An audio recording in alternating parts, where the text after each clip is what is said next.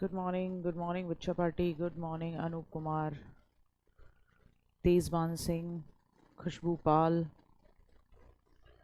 Good morning Rohit Tiwari, Hrithik, सभी प्यारे प्यारे बच्चों को, चिराग, हरियाणा वालों की तरफ से बिल्कुल बिल्कुल, खुशबू, रिचा सिंह, तबस्सुम, संदीप कुमार, अनीता दास, अंशिका मिश्रा, सभी प्यारे प्यारे बच्चों को गुड मॉर्निंग है। गुड मॉर्निंग है। तबीयत ठीक है बेटा जी?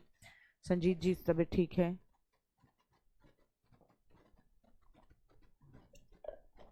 अंतिम कश्यप ठीक ठीक, very good morning, very good morning. आ जाओ आ जाओ आ जाओ आ जाओ भाई, very good morning. Hello hi, good morning, Ram Ram, Radhe Radhe, जय श्री कृष्णा। मैं गार्गी सारस्वत आप सभी का स्वागत करती हूँ आपके अपने प्यारे परिवार रोजगार वेद अंकित पर, और उम्मीद करती हूँ कि आप सब लोग एकदम बढ़िया होंगे, जानदार होंगे, जिंदाबाद होंगे, स्वस्थ होंगे, एकदम बढ़िया तरीके से अपनी पढ़ाई कर रहे होंगे, क्वेश्चन आंसर्स बना रहे होंगे। तो अभी हमारा थोड़ा सा जो प्राइम मिनिस्टर और उसकी काउंसिल, अभी हम भाग 5 ही चला रहे हैं। भाग 5 में ही हमने सबको समझा। सबसे पहले राष्ट्रपति जी को समझा, फिर उपराष्ट्रपति जी को समझा, फिर उसके बाद हमने सीक्वेंस में संसद को, पार्लियामेंट को समझा, लोकसभा, राज्यसभा को समझते हुए फिर हम अच्छे तरीके से आगे बढ़े और हमने एक तरीके से अटॉर्नी जनरल को समझा आर्टिकल 76 में। ठीक है, ये सब समझते हुए हम आगे बढ़ रहे हैं।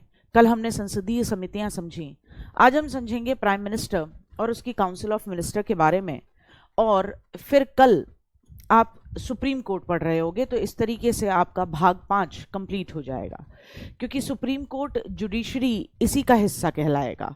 ठीक, आ जाए तो आज समझेंगे प्राइम मिनिस्टर, उसकी काउंसिल ऑफ मिनिस्टर।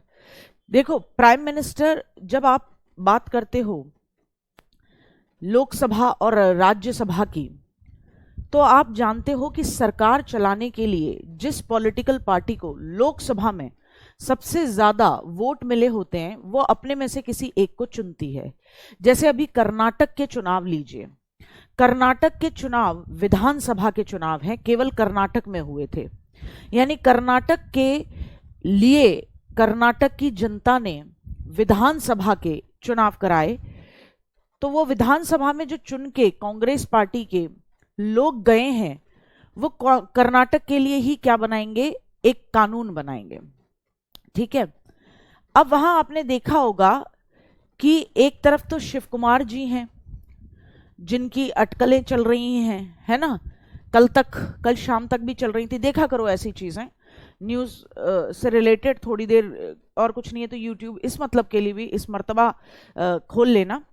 तो वहां थोड़ा सा ये क्लियर नहीं था कि कांग्रेस अगर जीतती है, ये मुझे लगता है ये तो कांग्रेस को उम्मीद ही नहीं थी कि हम जीतेंगे, लेकिन कांग्रेस ने ये पहले से क्लियर नहीं किया कि अगर कांग्रेस जीतती है तो कौन वहां पर क्या बनेगा, सीएम बनेगा। क्लियर ही नहीं किया। क्यों नहीं क्लियर किया, वो उसके पीछे रीजन था कि वो चाहते थे कि दोनों कैंडिडेट्स के जो सपोर्टर हैं वो जुड़े रहें। अब सिचुएशन क्या है, अब सिचुएशन ये है हाल फिलहाल कि इस मुद्दे पर डिस्कशन चल रहा है गंभीर तौर पर कि किसको आगे लिया जाना है, किसको नहीं लेके जाना है। ठीक है, आ रही बात समझ में? ठीक है, तो ऐसे ही जब एक पॉलिटिकल पार्टी जीत के आती है, पूरे देश के अंदर लोकसभा के चुनाव होते हैं, तो जिस पॉलिटिकल पार्टी को सबसे ज्यादा सपोर्ट मिलता है, या तो वो शुरुआती दौर में ही बता देती है कि हमारे प्राइम मिनिस्टर ये बनेंगे, या फिर जब वो पॉलिटिकल पार्टी जीत जाती है अच्छे तरीके से, उसके बाद अपने में से किसी एक प्रभावशाली व्यक्ति को चुनती है और उसे कह देती है कि ये हमारा प्राइम मिनिस्टर होगा। ये जो प्राइम मिनिस्टर होता है, ये अकेले काम नहीं करता, इसको एक काउंसिल चाहिए, यानी इसको एक परिषद चाहिए मंत्रियों की जो इसकी मदद करे, जिसको ये अलग अलग डिपार्टमेंट्स दे, है ना। तो इसी के बारे में बात समझनी है, prime minister and it's council of ministers. ठीक, प्रधानमंत्री होता कौन है, लोकसभा में बहुमत दल का नेता, यानी ऐसा व्यक्ति जो लोकसभा के अंदर जिस पॉलिटिकल पार्टी को सबसे ज्यादा वोट मिले हैं उसका लीडर होगा। तो क्या कभी ऐसा हुआ है कि प्रधानमंत्री बना हो देश का, लेकिन वो लोकसभा का चुनाव हार गया हो? हाँ, यह भी संभव है कि आप प्राइम मिनिस्टर बने, लेकिन आप कहां से सदस्य हो, लोकसभा से नहीं, राज्यसभा से सदस्य हो। अब आप मुझसे ये कहोगे ये क्या बात हो गई, आपने खुद बोला प्रधानमंत्री लोकसभा में मेजॉरिटी पार्टी का लीडर होता है। हाँ बिल्कुल होता है। एक व्यक्ति, कांग्रेस पार्टी का बेस्ट एग्जांपल देती हूं, इंदिरा गांधी जी पहली ऐसी प्रधानमंत्री थी जो लोकसभा का चुनाव हारी लेकिन राज्यसभा से एंट्री मारी और फिर वो प्राइम मिनिस्टर बनी। भाई सिंपल सी बात है, मैं प्राइम मिनिस्टर कैंडिडेट हूं लेकिन मैं हार जाऊं लोकसभा का चुनाव, और कांग्रेस पार्टी या बीजेपी पार्टी जिससे मैं बिलोंग करती हूं वो पार्टी लेकिन किसमें मेजॉरिटी में पहुंच गई है, कहां, लोकसभा में। तो मुझे एंट्री बैक गेट से कराई जाएगी, राज्यसभा बैक गेट है। आपकी किसी स्टेट में, किसी भी स्टेट में आपको पता है कि इस स्टेट से मैं बिलोंग करती हूं, उस स्टेट के राज्यसभा के चुनाव हैं और आपको पता है कि विधानसभा में आपका मामला, मैंने आपको राज्यसभा के चुनाव का तरीका बताया था कि क्या मामला रहता है कि जितने लोग उस दिन प्रेजेंट हैं वोट दे रहे हैं अपॉन में जितनी सीटें हैं +1 करके, और इस तरीके से एक सीट के लिए कितने एमएलएस की जरूरत होगी वो मामला होता है।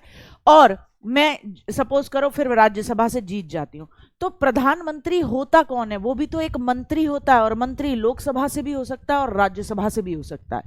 तो prime minister is actually a minister, बाकियों में फर्स्ट है, बाकी मिनिस्टर्स में फर्स्ट है। तो हाँ जी याद रखिएगा, लोकसभा में बहुमत दल का नेता होता है, यानी कि लोकसभा में मेजॉरिटी पार्टी का लीडर होगा। जिस पार्टी को लोकसभा के अंदर मेजॉरिटी मिली होगी, अगर वो पार्टी ये कह देती है कि ये हमारा लीडर है, तो वो प्राइम मिनिस्टर बन सकता है, चाहे वो लोकसभा के चुनाव हारा हो, राज्यसभा से एंट्री मारे, चाहे वो सदन के अंदर। आर्टिकल 74 कहता है कि प्राइम मिनिस्टर जो है, प्राइम मिनिस्टर और उसकी काउंसिल ऑफ मिनिस्टर की सलाह पर राष्ट्रपति जी काम करते हैं। ये आप शुरू से पढ़ते आ रहे हो। राष्ट्रपति किसकी सलाह पर काम करते हैं, राष्ट्रपति जी सलाह पर काम करते हैं। आर्टिकल 74 सिंपल कहता है कि राष्ट्रपति जी अपना तो कुछ है ही नहीं इनका, प्राइम मिनिस्टर और उसकी काउंसिल ऑफ मिनिस्टर की सलाह पर काम करते हैं। 75 आपको पता ही है, प्रधानमंत्री को अपॉइंट कौन करता है, राष्ट्रपति जी करते हैं, ये मैं पहले भी बता चुकी हूं। 75 ये कहता है कि प्राइम मिनिस्टर को अपॉइंट कौन करते हैं, प्रेसिडेंट साहब करते हैं। किसको करते हैं, प्राइम मिनिस्टर किसको बनाएंगे, राष्ट्रपति जी। तो राष्ट्रपति जी ये सिंपल देखते हैं कि लोकसभा में किस पॉलिटिकल पार्टी को सबसे ज्यादा मेजॉरिटी है।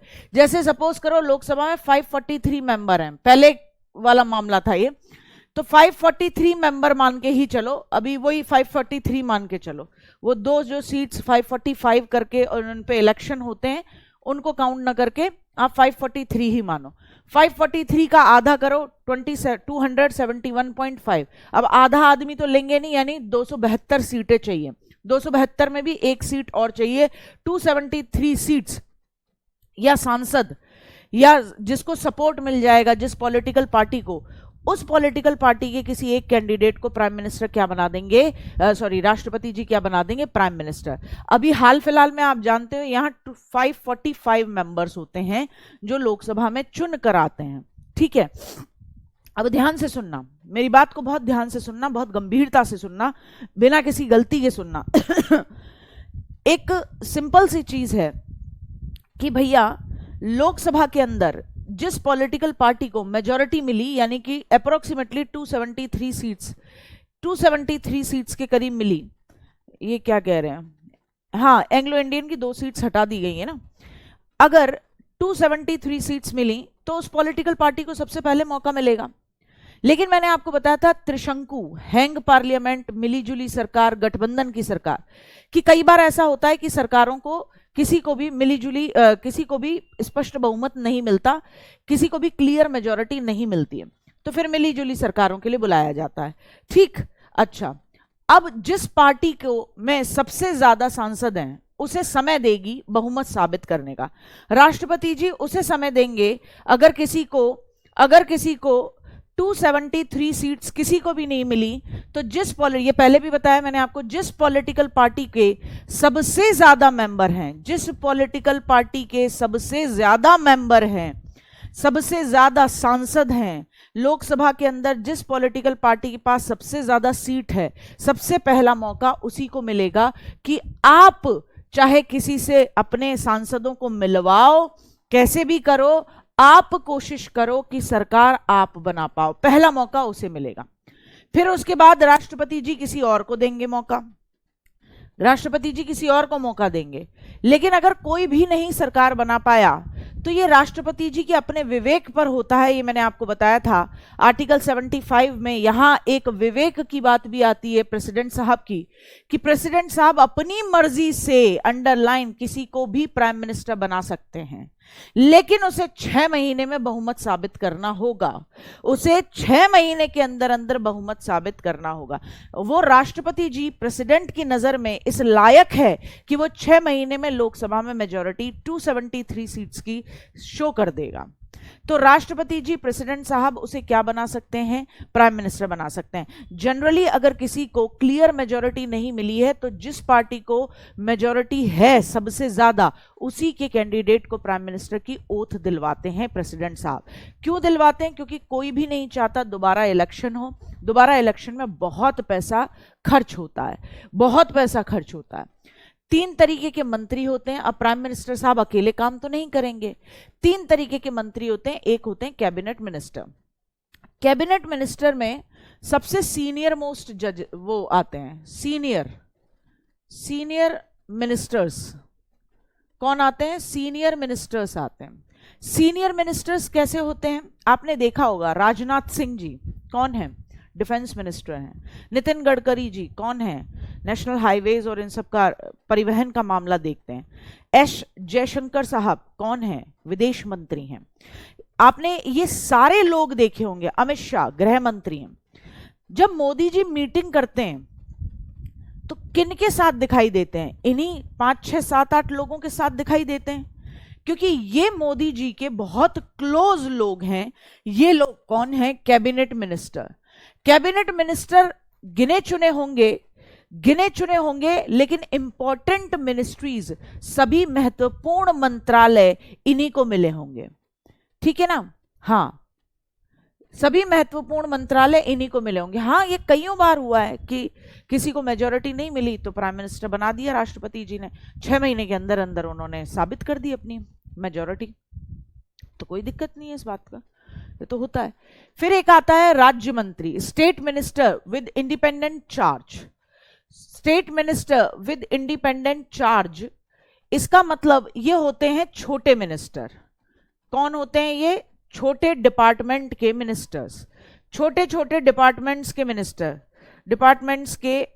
हो गए। ये छोटे छोटे डिपार्टमेंट्स, भैंस गिनने वाला डिपार्टमेंट, ठीक है, गाय गिनने वाला डिपार्टमेंट, ठीक, छोटा मोटा जो भी डिपार्टमेंट हैं, अलग अलग कई सारे डिपार्टमेंट होते हैं, जनगणना का डिपार्टमेंट, उन डिपार्टमेंट के मिनिस्टर्स को आप क्या कहते हो? State minister with independent charge, यानी कि राज्य मंत्री स्वतंत्र प्रभार के साथ। इनके पास छोटे छोटे डिपार्टमेंट होते हैं। उप मंत्री क्या होते हैं? ये सहायक होते हैं, सब मिनिस्टर हैं। ये पीछे पीछे चलेंगे। किनके? ये पीछे पीछे चलेंगे कैबिनेट मिनिस्टर और स्टेट मिनिस्टर्स के। ठीक, अब जब भी कोई बहुत बड़ी मीटिंग होती है, डिस्कशन होता है, तो कैबिनेट मिनिस्टर जाते हैं। न तो स्टेट मिनिस्टर को बुलाया जाता है, न ही उप मंत्रियों को बुलाया जाता है। इनका कोई काम नहीं है। जो भी डिस्कशन होते हैं प्राइम मिनिस्टर किसके साथ लेते हैं? कैबिनेट मिनिस्टर्स के साथ लेते हैं, ना कि राज्य मंत्री और उपमंत्रियों के साथ। इन्हें तो जब बुलाया जाए तब ये जाते हैं। इनकी कोई बहुत खास वैल्यू थोड़ी ना होती है। ये तो ऐसी मामला बस इनको दे दिया है खुश करने के लिए। आ जाओ, प्राइम मिनिस्टर, उसकी काउंसिल ऑफ मिनिस्टर। आर्टिकल 74 कहता है मंत्री परिषद का गठन। मंत्री परिषद में कौन कौन होगा? कि प्रधानमंत्री होंगे, कैबिनेट मंत्री होंगे, स्टेट मिनिस्टर होंगे और डिप्यूटी मिनिस्टर होंगे। और सबसे बड़ी बात है कि प्रेसिडेंट साहब जो हैं वो प्राइम मिनिस्टर और उसकी काउंसिल ऑफ मिनिस्टर की सलाह पर काम करेंगे। आर्टिकल 74 ही ये कहता है कि किस तरीके से मंत्री परिषद, कैबिनेट मिनिस्टर्स में कौन कौन होगा। तो मंत्री परिषद यानी कि आपके काउंसिल ऑफ मिनिस्टर में कौन कौन होगा? तो प्राइम मिनिस्टर भी होगा और 3 तरीके के मंत्री भी होंगे। आर्टिकल 75(1) कहता है कि प्रेसिडेंट साहब प्राइम मिनिस्टर की नियुक्ति करेंगे जो कि लोकसभा में बहुमत दल का नेता होगा, यानी कि ऐसी पार्टी से बिलोंग करता होगा जिसे लोकसभा में मेजॉरिटी मिली हो।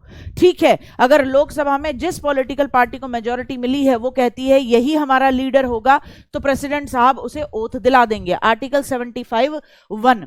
और फिर प्रधानमंत्री की सलाह पर अन्य मंत्रियों की नियुक्ति भी करेंगे, और ये अन्य मंत्री लोकसभा या राज्यसभा कहीं के भी सदस्य हो सकते हैं। अंडरलाइन, ये अन्य मंत्री और इवन देश का प्राइम मिनिस्टर भी लोकसभा के साथ साथ राज्यसभा से भी हो सकता है। कहीं कोई दिक्कत नहीं है। कोई भी मंत्री जो कि चाहे कैबिनेट मिनिस्टर हो, स्टेट मिनिस्टर हो, या फिर सब मिनिस्टर, उपमंत्री हो, जो कि प्राइम मिनिस्टर की काउंसिल का सदस्य है, ये जरूरी नहीं है कि लोकसभा से ही बिलोंग करते हो, ये राज्यसभा से भी बिलोंग कर सकते हैं, ये राज्यसभा से भी हो सकते हैं। इस बात को विशेष तौर पर दिमाग में बैठाइएगा। क्या देश का प्राइम मिनिस्टर राज्यसभा से हो सकता है? बिल्कुल हो सकता है, क्योंकि जब मंत्री लोकसभा या राज्यसभा कहीं के भी सदस्य हो सकते हैं, तो प्राइम मिनिस्टर इन सब मंत्रियों में फर्स्ट है, फर्स्ट अमंग ऑल। वो भी एक मिनिस्टर ही है, लेकिन इन सबको लीड करता है। तो प्राइम मिनिस्टर को सैलरी एक मिनिस्टर के नाते मिलती है, प्राइम मिनिस्टर को एक मिनिस्टर के नाते पद मिला हुआ है, बस वो उन सब में फर्स्ट है, प्रथम है। तो इसलिए प्राइम मिनिस्टर भी राज्यसभा से एंट्री मार सकते हैं, ये बात याद रखनी है। 75(2) क्या कहता है? 75(1) प्राइम मिनिस्टर साहब की नियुक्ति राष्ट्रपति जी करेंगे, और फिर प्राइम मिनिस्टर की सलाह पर उनके बागड़ बिल्लों का भी अपॉइंटमेंट जो करेंगे राष्ट्रपति करेंगे। अब राष्ट्रपति जी ने इन सब का अपॉइंटमेंट कर दिया, तो 75(2) कहता है कि ये मंत्री राष्ट्रपति जी की खुशी तक कार्य करेंगे, प्रसाद पर्यंत अपने पद पर रहेंगे, यानी they will work, all these minister will work during the pleasure of the president. जब तक प्रेसिडेंट साहब का प्रसाद इन्हें मिला हुआ है, तब तक ही ये क्या करेंगे? अपने पद पर बने रहेंगे। गौर फरमाओ बात पे, 75(2) कहता है मंत्री तब तक अपने पद पर रहेंगे जब तक राष्ट्रपति जी की इच्छा होगी। राष्ट्रपति के प्रसाद पर्यंत, हिंदी में प्रसाद पर्यंत अपने पद पर रहेंगे, इंग्लिश में during the pleasure of the president. इसका मतलब क्या है? जब तक राष्ट्रपति जी प्रसाद देते रहेंगे तब तक ये अपने पद पर बने रहेंगे। यानी जिस दिन प्राइम मिनिस्टर साहब का मन खट्टा हुआ, फेंको रे इसको, उसको फेंक देंगे और नई लिस्ट पहुंचा देंगे प्रेसिडेंट साहब के साथ, इन्हें अपॉइंटमेंट करा दो। ठीक है, कहते हैं राष्ट्रपति जी की इच्छा तक रहेंगे, मन में तो एक्चुअली क्या है, प्राइम मिनिस्टर जब तक चाहेगा तब तक तुम्हारे हाथ में वो मिनिस्ट्री होगी। आपने देखा है ना, फेंक देते हैं कि मोदी जी ने किया अपने मंत्रिपरिषद में बहुत बड़ा बदलाव, 4 बड़े बड़े नेताओं से बड़े मंत्री पद छीने गए और उन्हें पकड़ाए गए छोटे छोटे डिपार्टमेंट। ये कहने के लिए है, क्यों? क्योंकि शपथ कौन दिलाते हैं? राष्ट्रपति जी। तो कहने के लिए है 75(2) कि जब तक काम करेंगे जब तक राष्ट्रपति जी चाहेंगे। राष्ट्रपति के कान में कू करने तो प्राइम मिनिस्टर जाएंगे। ठीक है। 75(3) मंत्री परिषद, यानी प्राइम मिनिस्टर और उसके सारे बागड़ बिल्ले, मंत्री परिषद कंबाइंडली लोकसभा के प्रति उत्तरदायी है, यानी सामूहिक रूप से लोकसभा के लिए उत्तरदायी है। All the ministers are basically accountable for Lok Sabha, combinedly accountable for Lok Sabha, यानी लोकसभा में प्रश्न पूछे जाएं तो जवाब देना होगा तुम्हें। क्यों? क्योंकि तुम उत्तरदायी हो, तुम्हें उत्तर देने होंगे। You are accountable, you are responsible. और व्यक्तिगत रूप से, इंडिविजुअली, पर्सनली किसके लिए उत्तरदायी है? राष्ट्रपति जी के लिए, जिन्होंने इन्हें शपथ दिलाई है। राष्ट्रपति जी के लिए जिन्होंने इन्हें शपथ दिलाई है। इसीलिए कहते हैं 75(2) में कि तब तक अपने पद पर रहेंगे जब तक राष्ट्रपति जी चाहेंगे। तो याद रखना, यह कोर्ट पूछी गई है कि पूरी की पूरी मंत्रिपरिषद कलेक्टिवली लोकसभा के लिए अकाउंटेबल होती है, यानी जवाब देना होता है पूरी मंत्रिपरिषद के हर व्यक्ति को। और पर्सनली किसके लिए अकाउंटेबल है? पर्सनली राष्ट्रपति जी के लिए अकाउंटेबल है। ठीक है, कोई दिक्कत, कोई परेशानी? आ जाओ। 75(4) मंत्रियों को शपथ। शपथ कौन दिलाते हैं? आपको पता है, राष्ट्रपति जी। लोकसभा में हर अध्यक्ष भी पढ़ाया था मैंने आपको। लोकसभा में मैंने आपको क्या पढ़ाया था बेटा? अध्यक्ष पढ़ाया था, लोकसभा स्पीकर पढ़ाया था। राज्यसभा के अंदर मैंने सभापति पढ़ाया था आपको। और मैंने एक चीज कही थी बेटा, चाहे लोकसभा हो चाहे राज्यसभा हो, सब मेंबर को कौन दिलाता है? ओथ कौन दिलाता है? प्रेसिडेंट साहब दिलाते हैं। तो यहाँ पे भी मंत्री भी जो हैं उनको भी ओथ कौन दिलाएंगे, उनको शपथ दिलाएंगे राष्ट्रपति जी। वो अपना रिजाइन किसको देके जाएंगे, राष्ट्रपति जी को देके जाएंगे। कोई दिक्कत है? वोटिंग राइट पॉलिटिकल राइट है, वोटिंग राइट आपका राजनीतिक अधिकार है, पॉलिटिकल राइट है। और संपत्ति का अधिकार, प्रॉपर्टी का राइट आपका लीगल राइट है। ठीक है नवनीत? ठीक है, हाँ बेटा मैं आराम से बोल रही हूँ गुड्डा, आराम से बोल रही हूँ मैं। ठीक है नवनीत, याद रहेगा? आ जाओ अब नेक्स्ट समझो। इतना तुम समझ चुके हो, फिर से मेरे साथ बोलो। 74 कि भैया प्राइम मिनिस्टर की सलाह पर काम करते हैं कौन, राष्ट्रपति जी। और 74 ही बताता है कि मंत्रिपरिषद में कौन कौन होता है। ठीक है, काउंसिल ऑफ मिनिस्टर में प्राइम मिनिस्टर होता है और 3 तरीके के उसके मिनिस्टर्स होते हैं। कौन कौन से?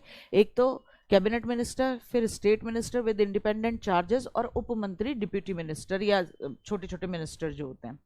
फिर 75(1) कहता है प्राइम मिनिस्टर का अपॉइंटमेंट राष्ट्रपति जी करते हैं और प्राइम मिनिस्टर की सलाह पर बागड़ बिल्लों का यानी उसकी काउंसिल के मेंबर का भी सिलेक्शन राष्ट्रपति जी करते हैं।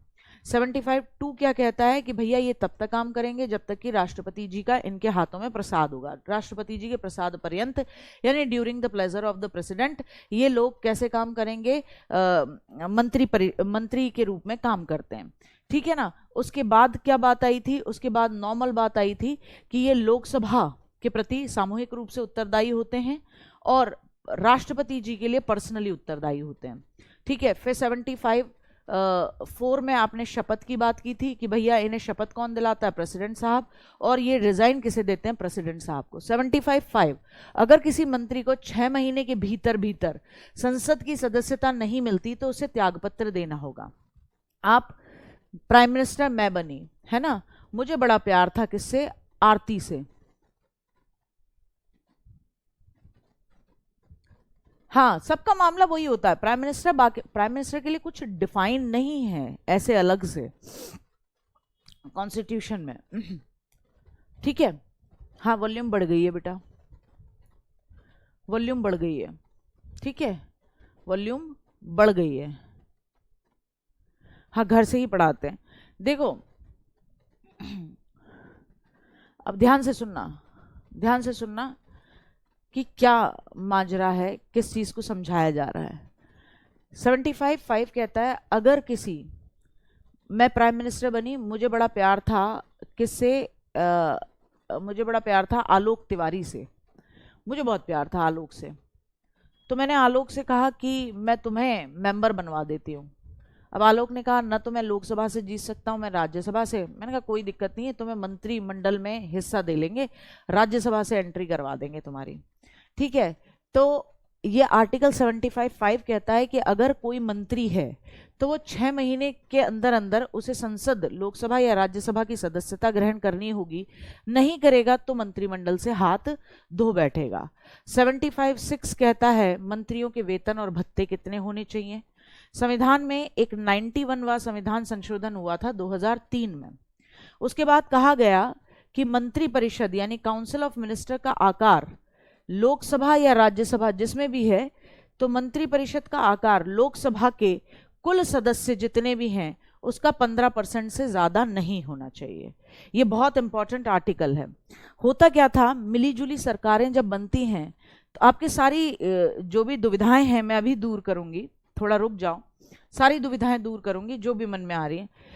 मैं मंत्री बनी, सॉरी, होता क्या था, मैं प्राइम मिनिस्टर बनी, अब मुझे सपोर्ट चाहिए, तो मेरे को ये सपोर्ट मिला मुकुल का, मुझे सपोर्ट मिला श्री पगलू जी का, दीवाना का, इन सब का सपोर्ट मिला मुझे।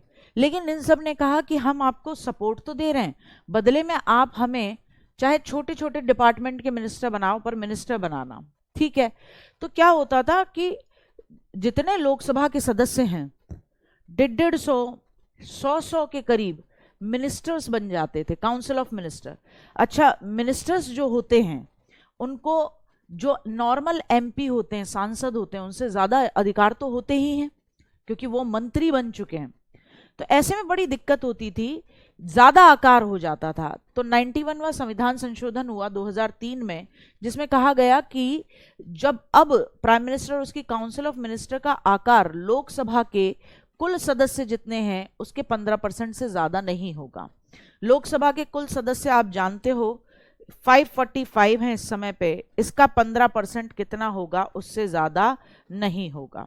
तो इससे ज्यादा मंत्री नहीं रख सकते हैं, आप देख लीजिएगा, समझ लीजिएगा। अब एक दो जगह और अंतर समझना होगा, सब आपके डाउट लूंगी, थोड़ी देर रुक जाओ क्योंकि ज्यादा बड़ा टॉपिक नहीं है।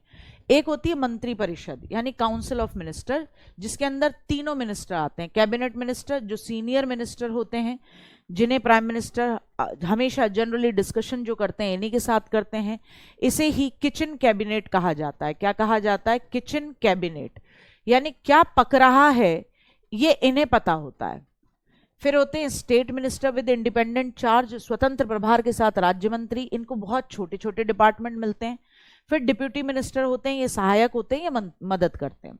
तो ये तो होती है काउंसिल ऑफ मिनिस्टर। एक आपने सुना होगा मंत्रिमंडल, सुना है मंत्रिमंडल? मंत्रिमंडल का मतलब है कैबिनेट ऑफ मिनिस्टर, यानी यहां केवल कैबिनेट मिनिस्टर्स आएंगे, यहां केवल कैबिनेट मिनिस्टर आएंगे। मंत्रिमंडल और मंत्री परिषद में अंतर है। मंत्री परिषद काउंसिल के अंदर सारे तरीके के मिनिस्टर आएंगे और मंत्रिमंडल में केवल और केवल कैबिनेट मिनिस्टर्स आएंगे। ये कैबिनेट मिनिस्टर, आपको बहुत अच्छे से बता दूं, ये कैबिनेट शब्द 44वां संविधान संशोधन जो 1978 में किया गया था, तब पहली बार संविधान में मंत्रिमंडल शब्द जोड़ा गया था। मंत्रिमंडल में वो इंपॉर्टेंट मिनिस्टर्स होते हैं जिनसे प्राइम मिनिस्टर सब डिस्कशन करते हैं।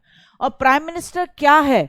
फर्स्ट अमंग ऑल, बाकियों में, बाकी मंत्रियों में प्रथम है, एक समान में प्रथम है, बस फर्स्ट अमंग ऑल है। बाकी मंत्रियों ने उसे चुना है, उनको लीड करेगा, उनके काम देखेगा, बाकी इसके पास कोई और झुंझुना नहीं है। अब ध्यान से समझना है प्रधानमंत्री जी के बारे में एक इंपॉर्टेंट बात।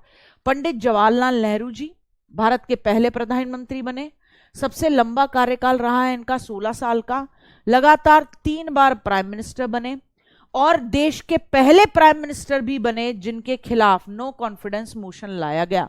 आप समझ रहे हो, इवन पंडित जवाहरलाल नेहरू के खिलाफ भी अविश्वास प्रस्ताव लाया गया था। आप जानते हो अविश्वास प्रस्ताव लोकसभा में लाया जाता है, अपोजिशन पार्टी लेके आती है, और अगर अविश्वास प्रस्ताव नो कॉन्फिडेंस मोशन पास हो जाता है तो उसके बाद प्राइम मिनिस्टर उसकी काउंसिल ऑफ मिनिस्टर को रिजाइन करना होता है। वो पास नहीं हो पाया था।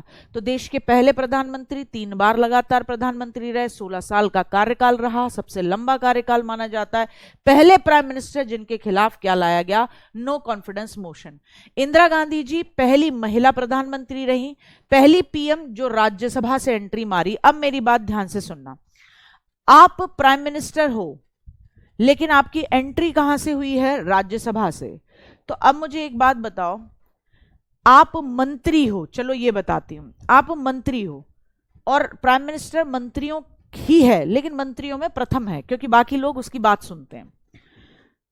आप मंत्री हो लेकिन आपकी एंट्री राज्यसभा से हुई है और लोकसभा में कोई बिल पास हो रहा है। मेरी बात का जवाब देना। आप मंत्री हो, प्राइम मिनिस्टर के खूब अच्छे कैबिनेट मिनिस्टर हो, आप देश के विदेश मंत्री हो, चलो, और आपकी एंट्री लेकिन राज्यसभा से हुई है, लोकसभा का चुनाव आप लड़े नहीं या आप हार गए, जो भी रहा। अब ऐसे में लोकसभा में किसी बिल पर डिस्कशन हो रहा है, वोटिंग हो रही है, क्या आपको वोट देने का अधिकार होगा? लोकसभा में क्या आपको वोट देने का अधिकार होगा? प्लीज इस बात का जवाब दीजिए, प्लीज इस बात का जवाब दीजिए।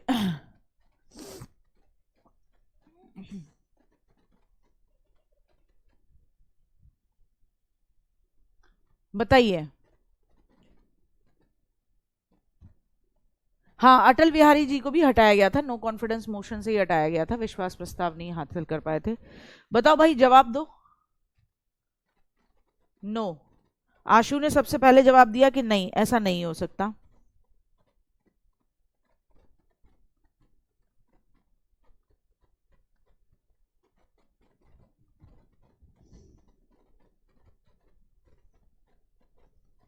कुछ कह रहे हैं यस, कुछ कह रहे हैं नो। कायदे में एक बात को दिमाग में बिठा लो कि जब आपकी एंट्री राज्यसभा से है, बेशक आप मंत्रिमंडल का हिस्सा हैं, आप कैबिनेट मिनिस्टर हैं या आप मंत्री परिषद का हिस्सा भी हैं, लेकिन आपको वोट देने का अधिकार लोकसभा में तो नहीं होगा। आपको वोट देने का अधिकार लोकसभा में नहीं होगा। आपको बता दूं कि पहले जो प्राइम मिनिस्टर रह चुके हैं मनमोहन सिंह जी, उनकी सरकार के खिलाफ अविश्वास प्रस्ताव लाया गया था, लेकिन वो वोट नहीं कर पाए थे लोकसभा में। और आपको पता है अविश्वास प्रस्ताव, नो कॉन्फिडेंस मोशन कहाँ लाया जाता है? लोकसभा में लाया जाता है। वो वोट नहीं कर पाए थे। क्यों नहीं कर पाए थे? क्योंकि वो कहाँ के मेंबर नहीं थे, वो लोकसभा के मेंबर ही नहीं थे। कहाँ से बिलोंग करते थे? राज्यसभा से। तो लोकसभा के मेंबर नहीं हो तो आप लोकसभा की किसी कार्यवाही में वोट नहीं डाल सकते हो। ये बात कान खोल के और एकदम गांठ बांध लेना, ठीक है? तो पहली प्राइम मिनिस्टर जो कि राज्यसभा की सदस्य थी, क्योंकि आम चुनाव लोकसभा का हार चुकी थी, इसलिए बैक एंटर आई गई। मोरारजी देसाई सबसे ज्यादा उम्र के प्राइम मिनिस्टर, इन्होंने त्यागपत्र दिया। त्यागपत्र देने वाले पहले मिनिस्टर कहे जाते हैं जिन्होंने त्यागपत्र दिया।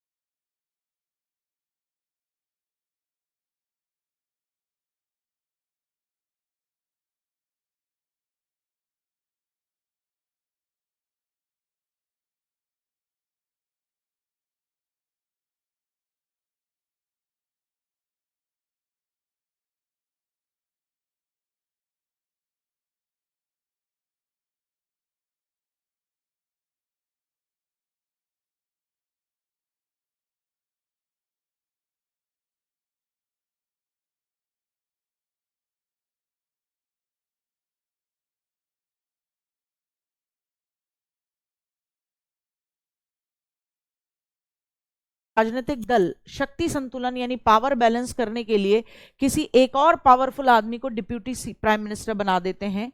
ठीक है, पहले डिप्यूटी प्राइम मिनिस्टर कौन थे? सरदार वल्लभ भाई पटेल। और बल्कि प्राइम मिनिस्टर कौन थे? प्राइम मिनिस्टर थे उस समय पे जवाहरलाल नेहरू। अब आपकी क्वेरीज लूंगी। ठीक है, अब बताओ मैम, कल बहादुर शास्त्री जी का, अच्छा, लाल बहादुर शास्त्री जी का देहांत कैसे हुआ? ताशकंद समझौते के लिए गए थे। शास्त्री जी कहते हैं कि रशिया इन्वॉल्व रहा इस कॉन्स्पिरेसी में। कॉन्स्पिरेसी तो हुई थी, और उस कॉन्स्पिरेसी के पीछे कहा यह जाता है कि ये जो गांधी परिवार था, ये बेसिकली ये जो नीतियां थी किनकी? शास्त्री जी की, उन नीतियों को एग्जीक्यूट नहीं करना चाह रहा था। और शास्त्री जी के रहते हुए, क्योंकि उनका सम्मान बहुत था, आप समझ सकते हैं, देश का ऐसा प्रधानमंत्री जो प्रधानमंत्री पद पर रहा हो, ठीक है, और लोन की किश्तें देता हो, गाड़ी एक खरीदी हो जिसने, ठीक है, उसकी लोन की किश्तें चुका रहा हो अपनी सैलरी से, तो सोचिए कितना ईमानदार, उसका व्यक्तित्व कितना प्रबल रहा होगा, और पूरी दुनिया, पूरा देश उसको कितना प्यार करता होगा। शास्त्री जी ने ये कहा था कि हम सब एक टाइम खाना खाएंगे, क्योंकि जब उस समय पे हमारे भारत की सिचुएशन थोड़ी ठीक नहीं चल रही थी, एक अनाज और खाद्यान्न में हम सशक्त नहीं थे, और अमेरिका ने बहुत ही गंदा और बहुत ही घटिया, जो वहाँ के जानवरों को अनाज खिलाया जाता वो हमें भेजा था। तो तब बात ये निकल के आई थी कि हमें अपने आप को सशक्त करना होगा, बोले। और खुद कहते हैं कि शास्त्री जी ने अपने घर में भी इस चीज को फॉलो किया था कि एक टाइम है ना दूध पी के रहेंगे, और बोले एक टाइम खाना खाएंगे ताकि मामला सही बन जाए। तो आप सोचो ना, एक प्लेटफॉर्म पे खड़ा हुआ एक ऐसा व्यक्ति जो बोल दे और पूरा भारत मानने को तैयार हो जाए, तो आपको उसको हटाने के लिए कुछ ना कुछ तो तिकड़म करनी पड़ेगी। ये तो हटाओ। हाँ, ठीक है। हाँ, मुरारजी देसाई भारत रत्न और पाकिस्तान का भी सर्वोच्च जो नागरिक सम्मान है वो भी उन्हें मिला है। एकमात्र प्राइम मिनिस्टर हैं जिन्हें भारत और पाकिस्तान दोनों से सर्वोच्च सम्मान प्राप्त किया है, और त्याग पत्र देने वाले भी पहले प्रधानमंत्री हैं। और राज्यसभा से एंट्री मारने वाली पहली प्रधानमंत्री कौन है? इंदिरा गांधी जी हैं, ठीक है ना। और लोकसभा का चुनाव हार गई थी वो, तब उन्होंने ये एंट्री मारी थी। और बताओ। हाँ, और बताओ।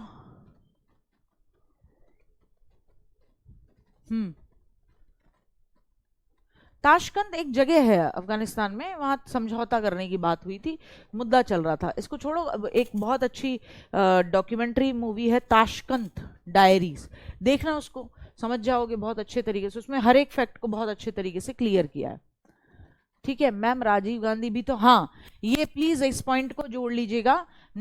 पद पर रहते हुए मृत्यु में न केवल इंदिरा गांधी जी हैं, आपके लाल बहादुर शास्त्री जी भी हैं, राजीव गांधी भी हैं, ठीक है ना। पद पर रहते हुए जिनकी मृत्यु हुई उसमें राजीव गांधी जी भी हैं, ठीक है ना। हाँ, इसमें राजीव गांधी जी भी नाम लिख लीजिएगा, राजीव गांधी जी का भी लिख लीजिएगा, वो भी कॉन्स्पिरेसी का शिकार हुए थे, लिट्टे की कॉन्स्पिरेसी का।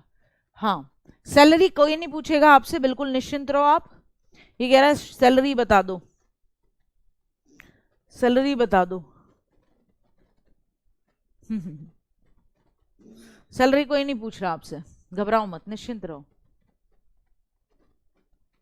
क्लास रिकॉर्डेड नहीं है चंदन, ठीक। तो चलो आज यही करते हैं। 13 दिन की गवर्नमेंट इसलिए बनी बेटा क्योंकि ये उन्हें विश्वास मत हासिल करने के लिए कहा गया, उनके खिलाफ अविश्वास प्रस्ताव आया तो फिर आपको साबित करना पड़ेगा बहुमत। आपने साबित किया, आपको वोट ही नहीं मिले, आपको 50% से ज्यादा सांसद आपके सपोर्ट में, ये साबित करना पड़ेगा। करने के लिए कोशिश की, वोटिंग कराई गई, आपको वोट नहीं मिले, एक वोट कम पड़ गया, मैंने आपको बताया, इसलिए मात्र 13 दिन की सरकार बनी थी। ठीक है, आज के लिए इतना ही है। कल कर रहे होंगे, क्या कर रहे होंगे? कल कर रहे होंगे सुप्रीम कोर्ट। तो कल का टॉपिक रहेगा सुप्रीम कोर्ट, अच्छे से समझना। और इतना सारा जो मिला है उसको रिवाइज करने के बाद भाग 5 से रिलेटेड एक 50 से 60 क्वेश्चन का पैकेज दे दूंगी, केवल भाग 5 पूरा, राष्ट्रपति, उपराष्ट्रपति, संसद, प्राइम मिनिस्टर, जितने जितने प्रस्ताव बताए थे, जितनी संसदीय समितियां बताई थी, सबसे रिलेटेड भाग 5 बहुत इंपॉर्टेंट है। 2-4 बार अच्छे तरीके से रिवाइज कर लेना, ठीक है। आज का टॉपिक इतना ही रहेगा, इससे ज्यादा कुछ था नहीं आज के टॉपिक में। कल करेंगे सुप्रीम कोर्ट, आर्टिकल 124 और उसमें समझ रहे होंगे सुप्रीम कोर्ट कहाँ कैसे कैसे होगा, क्या बात करी गई है, सुप्रीम कोर्ट के जजेस को कौन अपॉइंट करता, सैलरी कितनी होती है, कैसे काम करते हैं, क्या योग्यताएं होती हैं, सारी बातें कर रहे होंगे। तो आज के लिए इतना ही। आज आपकी छुट्टी जल्दी होती है। Bye bye, love you, take care, ध्यान रखेंगे, ठीक है। अरे अब कितने दिन का? आपके लिए तो मुश्किल से 10 दिन की क्लास है।